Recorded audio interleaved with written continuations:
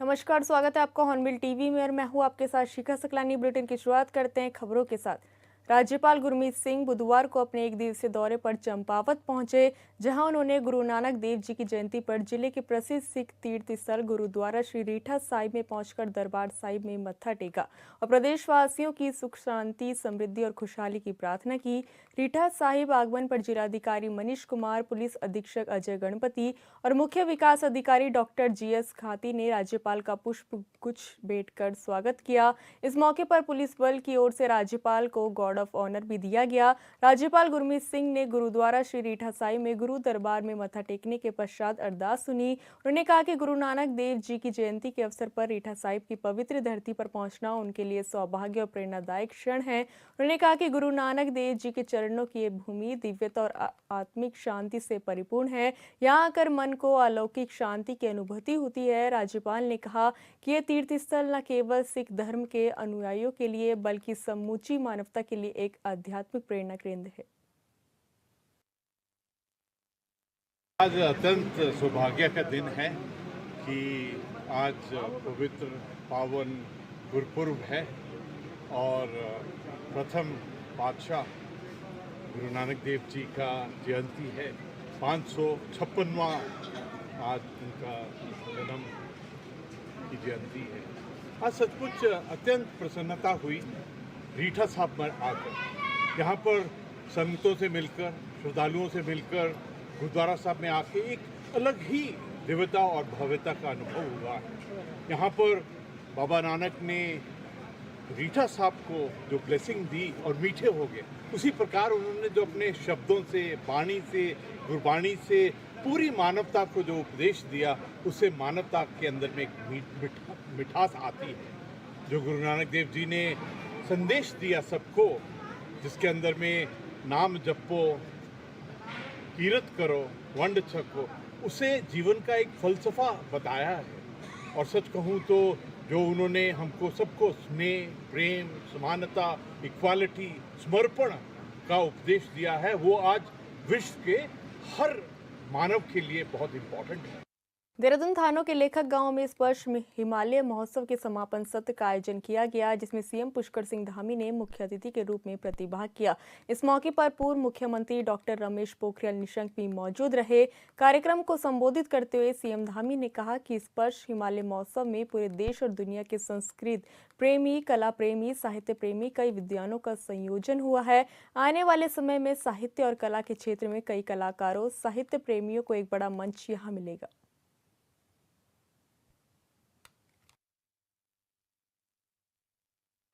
स्वर्गीय अटल जी के शब्दों के वो साधक थे।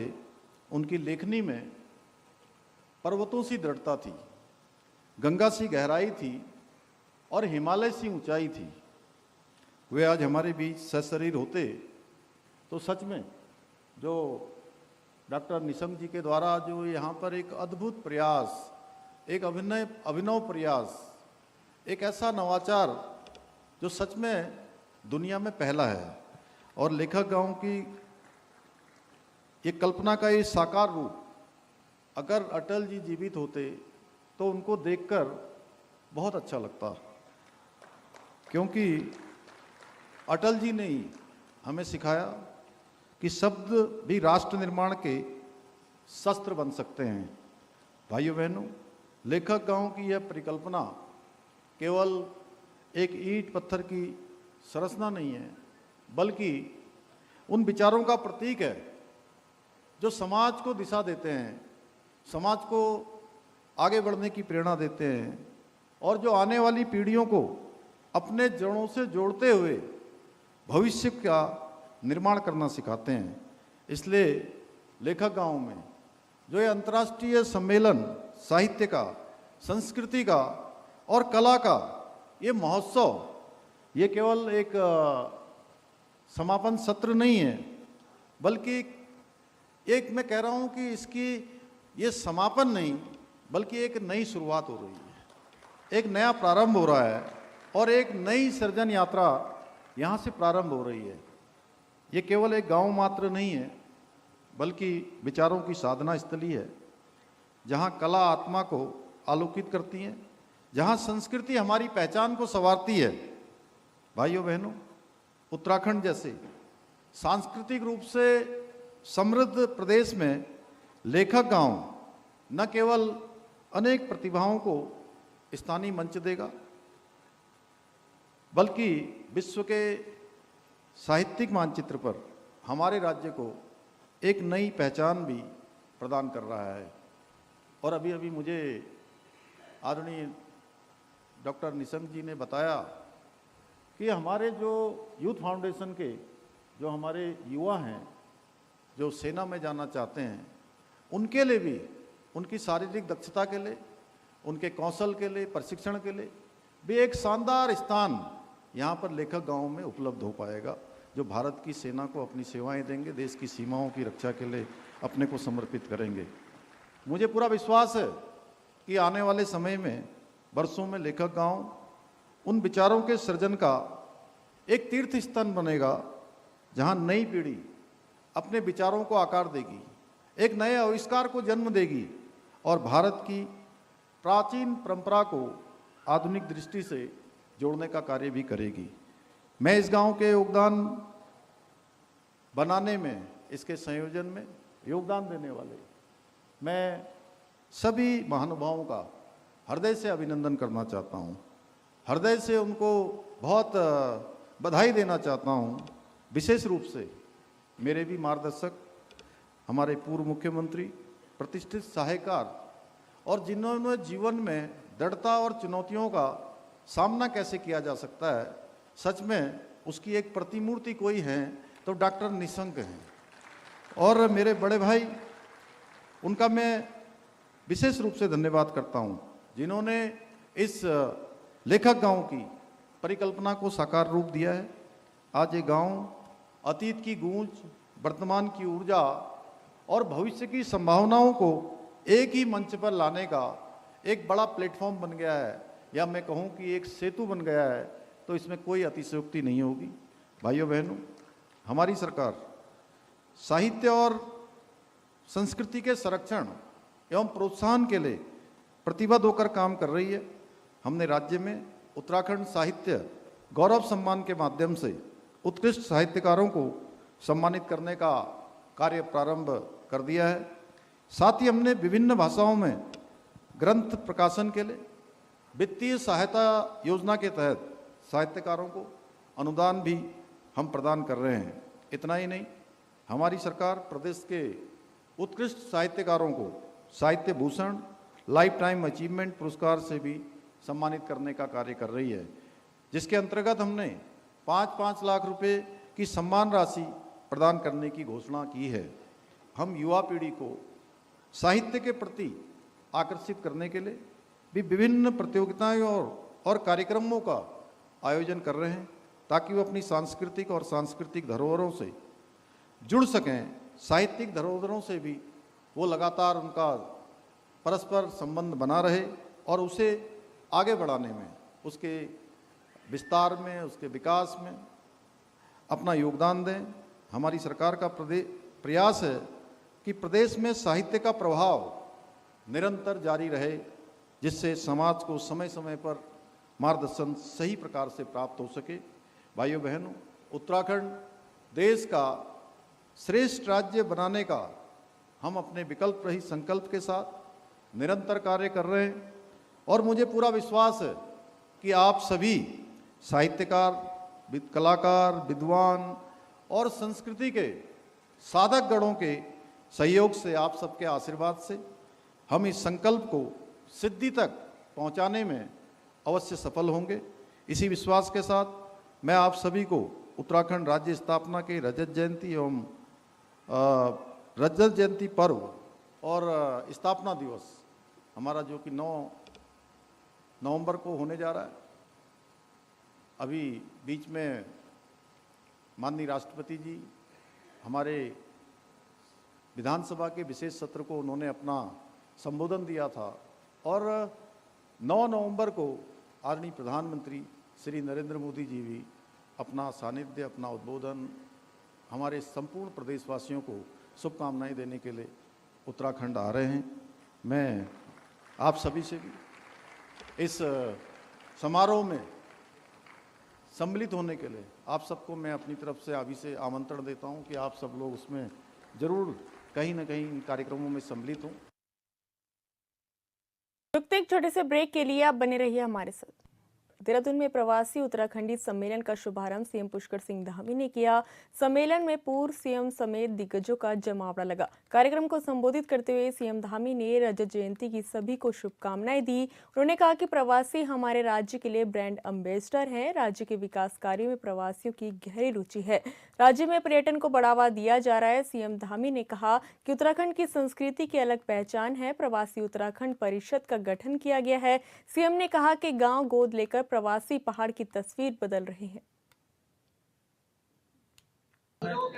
यह वर्ष हमारे राज्य के लिए बहुत महत्वपूर्ण वर्ष है। राज्य स्थापना के 25 वर्ष पूरे हो रहे हैं और रजत उत्सव यहाँ 25 साल का कालखंड पूरा होने के अवसर पर रजत जयंती का वर्ष है। और ये पिछले वर्ष से हमने पूरे देश भर के और दुनिया के जो उत्तराखंड के हमारे प्रवासी भाई बहन हैं वो सब भी अपने पैतृक स्थानों से जुड़े हैं, अपने पूर्वजों की मिट्टी से जुड़े हैं, अपने पूर्वजों के स्थानों के विकास के लिए अपना योगदान दें, उनके सुझाव लें। और राज्य स्थापना में राज्य की अनेक जो आंदोलन चले उनमें हमारे प्रवासियों का बहुत बड़ा योगदान पहले से रहा है। और ऐसे में जब राज्य हमारा अनेक नवाचार कर रहा है, हमारे प्रधानमंत्री जी की प्रेरणा से तेज गति से विकास कर रहा है, ऐसे में हमारे प्रवासी भाई बहन भी इस विकास के सहयात्री बने।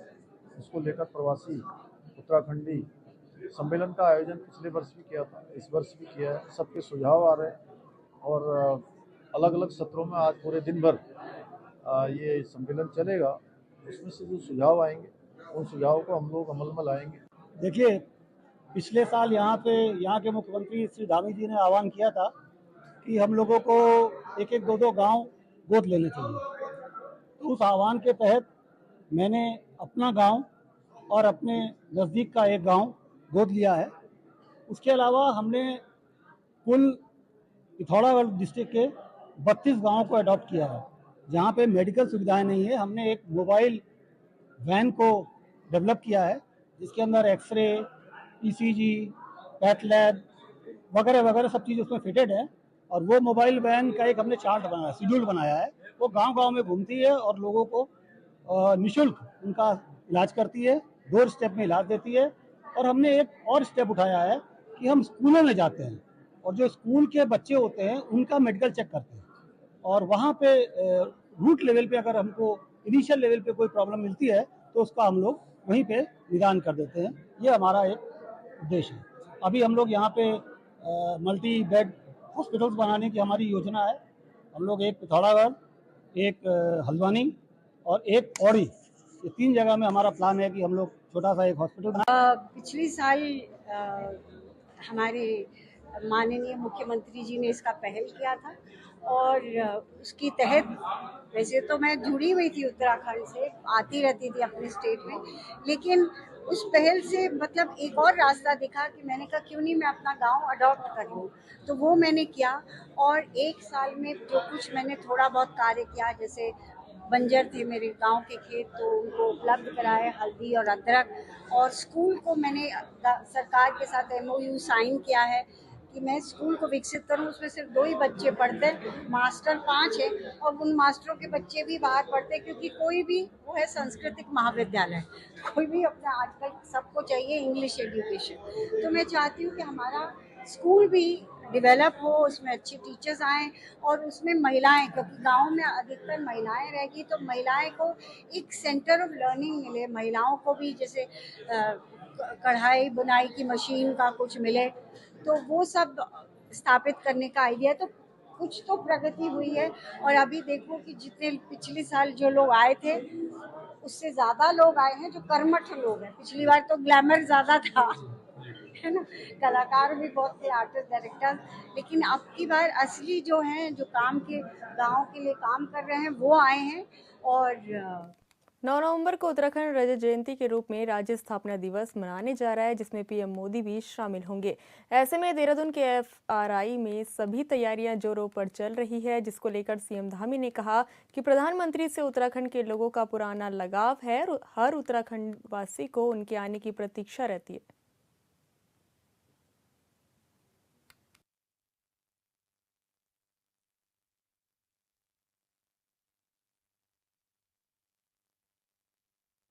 हमारे राज्य की राज्य स्थापना दिवस का मुख्य कार्यक्रम और राज्य स्थापना दिवस पर 9 नवंबर को आयोजित होना है। उसमें आदरणीय प्रधानमंत्री जी भी हम सब का उत्साहवर्धन करने के लिए, राज्यवासियों को अपना संबोधन देने के लिए उत्तराखंड आ रहे हैं। हम सभी उत्तराखंड वासी हमेशा से उनकी प्रतीक्षा रहती है कि उत्तराखंड आए, क्योंकि उत्तराखंड के लोगों का प्रधानमंत्री जी से विशेष प्रेम है। जिस प्रकार से उनका उत्तराखंड से प्रेम है, उसी प्रकार हर एक उत्तराखंड वासी को भी उनके आने की प्रतीक्षा रहती है। और वो शुभ घड़ी 9 तारीख को हो, हम सब उनका स्वागत करते हैं, वो आएंगे। उत्तराखंड विधानसभा के विशेष सत्र के आखिरी दिन भी बीजेपी और कांग्रेस के विधायकों में तीखी बहस हुई। चक्राता से कांग्रेस के विधायक प्रीतम सिंह ने जब सदन में ये कहा कि भारतीय कानून के मुताबिक देश का कोई भी व्यक्ति किसी भी प्रदेश में रह सकता है, लेकिन इस बीच बीजेपी के एक विधायक ने बीच में कह दिया कि क्या अवैध रूप से भी कोई रह सकता है, तो बहस शुरू हो गई। प्रीतम सिंह ने कहा कि अगर कोई विदेशी और अवैध रूप से रह रहा है तो उसे बाहर करने का काम केंद्र सरकार का है, और अगर उत्तराखंड में ऐसा हो रहा है तो फिर ये सरकार की विफलता है। प्रीतम सिंह ने कहा कि दूसरे प्रदेश के व्यक्ति को राज्य सरकार ने इजाजत दी है कि यहां आकर जमीन खरीद सकते हैं, तो लोग रहेंगे ही। इस बात पर विवाद इतना बढ़ गया कि चर्चा डेमोग्राफी चेंज की होने लगी। बीजेपी के विधायक ने आरोप लगाया कि राज्य में तेजी से डेमोग्राफी चेंज हो रहा है। विकासनगर से विधायक मुन्ना सिंह चौहान ने कहा कि नदी, नालों और पुलों के नीचे लोग अवैध रूप से बसे हैं, जिस पर कार्रवाई करने की जरूरत है। माननीय विधायक जी ने कहा कि उल्लंघन करेगा। अरे भाई, उल्लंघन आप करें मैं करें तो सजा तो मिलेगी, इसमें क्या, उसमें तो आपको भी मिलेगी मुझे भी मिलेगी। भाई संविधान, मैं ये नहीं कह रहा हूं, जरा समझने की कोशिश करिए, मैं ये कह रहा हूं कि डेमोग्राफिकल चेंजेस की बात हो रही है। वो तो भाई अगर इसी संविधान ने मूल निवास को परिभाषित किया, जरा उसको पढ़ लीजिए एक बार, थोड़ा क्लियर कर लीजिए। नहीं, अगर यही अवधारणा है तो ये प्रदेशों में मूल निवास की अवधारणा कहां से आ गई? इसी संविधान ने सारे प्रदेशों को एक अधिकार दिया है, और उस प्रदेशों में एक अवधारणा है कि उसका मूल निवासी डिफाइन होगा। आप उसको भी साथ साथ लीजिए ना। मैं किसी आने जाने पे कोई रोक टोक थोड़ा है, कौन मना कर रहा है? लेकिन हक हकूक की जब बात हम करते हैं, जब मूल निवास के अधिकारों की जब हम बात करते हैं, तो कहीं ना कहीं वो अवधारणा लागू होती है। आप उस पर भी चर्चा कर लीजिए। कल आप बोल रहे थे, मैं नहीं बोला। आप होती मेरी चर्चा और आसान हो जाए। 25 मिनट हो गए, 25 मिनट हो गए, 25 मिनट, बस 2-3 बातों को कहना चाहूँ। 25 मिनट हो गए, 5 मिनट में आप मैं उसके बाद, मैं माननीय अध्यक्ष नहीं 25 मिनट, अब इतना वाक्यों को हम नहीं बोलने देना। नहीं 25 मिनट आपने बोल चुके, 5 मिनट। माननीय अध्यक्ष जी, मैं ये कह रहा हूँ कि इन्होंने कहा कि मूल निवास प्रमाण पत्र हम कब करें, व्यवस्था आप करिए ना। मैं कहाँ कह रहा हूँ मत करिए आप व्यवस्था। आपने दूसरे प्रदेश के व्यक्ति को ये इजाजत दी है कि आप जो यहाँ आकर के जमीन खरीद सकते हैं। जब आदमी जमीन खरीदेगा तो निवास तो करेगा ही करेगा ना। अगर आप उसको जो जिन चीजों से आप उनको वंचित करना चाहते हैं, वंचित करिए, मैं कब मना कर रहा हूँ। मैं इसका पक्षधर नहीं हूँ चमोली जी, मैं इसका पक्षधर बिल्कुल नहीं। अरे भाई, आप उसको गलत डायरेक्शन में मत लीजिए ना, आप सही बात कीजिए। डायरेक्शन आप समझ पा रहे। हम यहाँ जितने बैठे हैं उत्तराखंड के निवासी बैठे, ठीक है ना। मूल निवास को संविधान ने डिफाइन किया, सुन लीजिए, संविधान ने डिफाइन किया, तो कहीं ना कहीं जो हम मूल निवासी हैं, वो हरिद्वार का भी हो सकता है, उधमसिंह नगर का भी हो सकता है, गढ़वाल का भी हो सकता है, कहीं मूल निवासी होगा, उसके अधिकारों को संरक्षण देना विधानसभा काम है कि नहीं? ये सवाल तो सत्ता से किया जाए, तय करिए ना, डिबेट हो रहा है ना। माननीय प्रीतम सिंह जी ने आर्टिकल 19 को उद्धृत किया, 15 को, चलिए 50 को भी आपने, 19 भी इस बात की इजाजत देता है, प्लीज आप। और मैंने रिपीटेडली कल वाली उसमें भी मैंने आर्टिकल 19 को संदर्भित किया। और शहजाद जी आपसे भी कह रहा हूं, आपने कुछ बहुत अच्छी बात कही, लेकिन मैं निरंतर इस बात को कह रहा हूं। मैंने कहा था कि पहाड़ के सरोकारों की कठिनाइयों की बात करना मैदान का विरोध नहीं है। मैंने इसको स्क्वायरली मेंशन किया था। पहाड़ों की दुश्वारियों की चर्चा करना मैदान का विरोध नहीं है अध्यक्ष जी। माननीय अध्यक्ष जी, उत्तराखंड एक है। एक मिनट प्लीज प्लीज।